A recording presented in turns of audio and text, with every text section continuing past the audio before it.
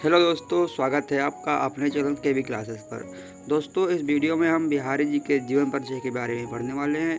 इनका जीवन परिचय आपकी परीक्षा के दृष्टि से काफ़ी इम्पोर्टेंट है, तो आप लोग यह वीडियो ध्यान से ज़रूर देखें ताकि आप लोगों को इनके जीवन परिचय के बारे में सारी जानकारी ध्यान से समझ में आ जाए।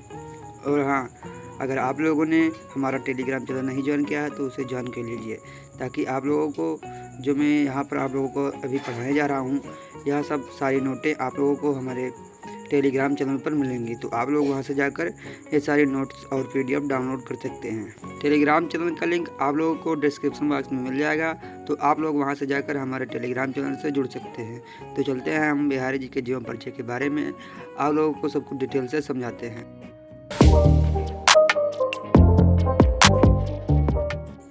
दोस्तों, आप लोगों को हेडिंग दिख रही होगी कि बिहारी जी का जीवन परिचय। तो दोस्तों, जो मैं अभी पढ़ाने जा रहा हूँ आप लोग उसे ध्यान से सुनिए और ध्यान से समझिए, ताकि आप लोगों को जो मैं पढ़ाऊँ वह दोबारा आप लोगों को पढ़ना ना पड़े। और हाँ, हमारे गुरुजी एक कविता कहा करते थे कि कबीर, तुलसी और बिहारी इनसे बोर्ड परीक्षा हारी। मतलब कबीर, तुलसीदास और बिहारी जिनसे बोर्ड परीक्षा हार चुकी है, क्योंकि इनका जीवन परिचय हर बार आपकी बोर्ड के पेपर में हर साल पूछा जाता है। तो आप लोग इस वीडियो को लास्ट तक जरूर देखिएगा ताकि आप लोगों को सबको डिटेल से समझ में आए। मात्र 4-5 मिनट की वीडियो होने वाली है, तो आप लोग इस वीडियो को लास्ट तक जरूर देखें। तो चलिए हम बिहारी जी के जीवन परिचय के बारे में आप लोगों को पढ़ते हैं और समझाते हैं। तो रीतकाल के प्रतिनिधि कवि बिहारी लाल जी का जन्म सन 1603 ईस्वी के लगभग ग्वालियर के पास बसुआ गोविंदपुर नामक गांव में हुआ था। तो इनका जन्म कहाँ हुआ था? बसुआ गोविंदपुर नामक गांव में हुआ था। और कब हुआ था? सन 1603 ईस्वी में हुआ था। यह रीतकाल के प्रतिनिधि कवि थे। ठीक है, तो आप लोगों को यह पीडीएफ समझ में आ गया होगा। तो चलते हैं हम अगली पीडीएफ पर, और वह पीडीएफ आप लोगों को सबको डिटेल में समझाते हैं। और हाँ, अगर आप लोगों ने हमारे टेलीग्राम चैनल पर अभी ज्वाइन नहीं किया है तो आप लोग ज्वाइन कर सकते हैं। जो आप लोग यहाँ पर पीडीएफ देख रहे हैं, या पीडीएफ मैंने टेलीग्राम चैनल पर डाल दिया है, और आप लोग वहाँ से जाकर इस पीडीएफ को डाउनलोड कर सकते हैं। तो चलते हैं हम अगली पीडीएफ पर, और वह पीडीएफ आप लोगों को डिटेल से समझाते हैं। तो प्यारे दोस्तों, आप लोगों को अगला पीडीएफ दिख रहा होगा। तो अगला पीडीएफ है कि ये माथुर चौबे कहे जाते थे। मतलब बिहारी जी का कहे जाते थे, माथुर चौबे कहे जाते थे। इनके बचपन का नाम क्या था? तो माथुर चौबे इनके नाम से जाने जाते थे। बचपन में माथुर चौबे के नाम से क्या कहते जाते हैं? जाने जाते थे। इनका बचपन बुंदेलखंड में व्यतीत हुआ था। ये इनका बचपन कहाँ व्यतीत हुआ था? तो इनका बचपन बुंदेलखंड में व्यतीत हुआ था। ये युवावस्था में अपनी ससुराल मथुरा में जाकर रहने लगे थे।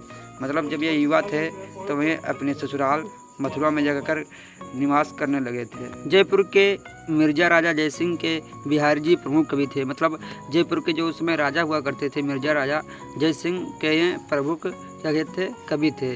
जयपुर में रहकर ही इन्होंने अपने एकमात्र ग्रंथ बिहारी सतसई की रचना की, जिसमें 719 दोहे हैं। मतलब जब ये जयपुर में रह रहे थे, जयपुर के मिर्जा राजा जयसिंह के प्रमुख कवि हुआ करते थे, और उन्होंने वहीं पर एक जो रचना की ग्रंथ है वो बिहारी सतसई है, जिसमें क्या कहते हैं? कुल 719 दोहे थे। तो उम्मीद है आप लोगों को यह पीडीएफ समझ में आ गया होगा। तो चलते हैं हम अगले पीडीएफ पर, और वह पीडीएफ आप लोगों को डिटेल से समझाते हैं। तो अगला पीडीएफ आप लोगों को दिख रहा होगा। अगला पीडीएफ है कि राजा जयसिंह बिहारी का बड़ा सम्मान किया करते थे। मतलब जो राजा जयसिंह थे वो बिहारी जी का बहुत ही सम्मान किया करते थे। वह इनको प्रत्येक दोहे पर एक स्वर्ण मुद्रा पुरस्कार के रूप में देते थे। मतलब बिहारी जी जो भी दोहे लिखते और सुनाते, राजा जयसिंह जी उनके प्रत्येक दोहे पर एक स्वर्ण मुद्रा पुरस्कार कह देते थे के रूप में इनको देते थे।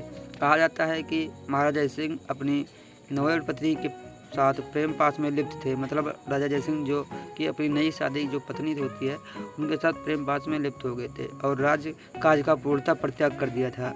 तो यहाँ तक आप लोगों को समझ में आ गया होगा। तो चलते हैं हम अगली पीडीएफ पर, और वह पीडीएफ आप लोगों को समझाते हैं। उस पीडीएफ में बिहारी जी ने एक दोहा लिखा था, जिसे पढ़कर ही राजा जयसिंह को क्या आ गया था? अपना राजकाज पूर्णतः याद आ गया था। तो चलते हैं अगली पीडीएफ पर, वह पीडीएफ आप लोगों को समझाते हैं। तो प्यारे दोस्तों, आप लोगों को अगला पीडीएफ दिख रहा होगा कि यह दशा देखकर बिहारी ने एक ऐसा दोहा लिखकर भेजा कि जयसिंह पुनः कर्तव्य पथ पर अग्रसर हो गए थे।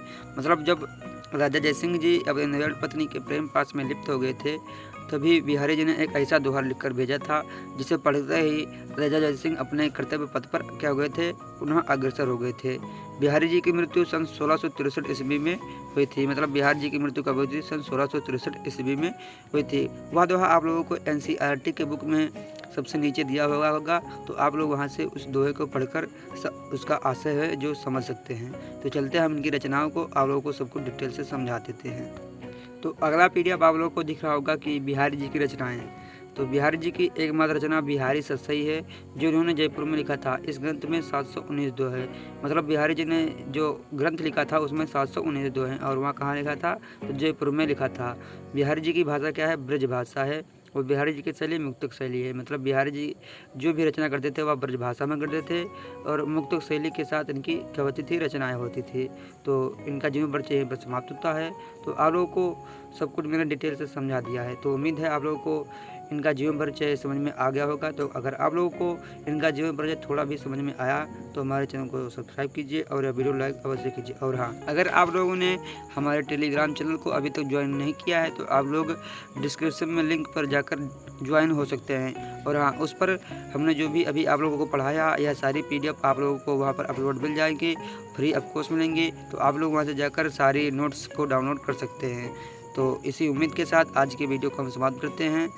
जय हिंद, जय भारत दोस्तों।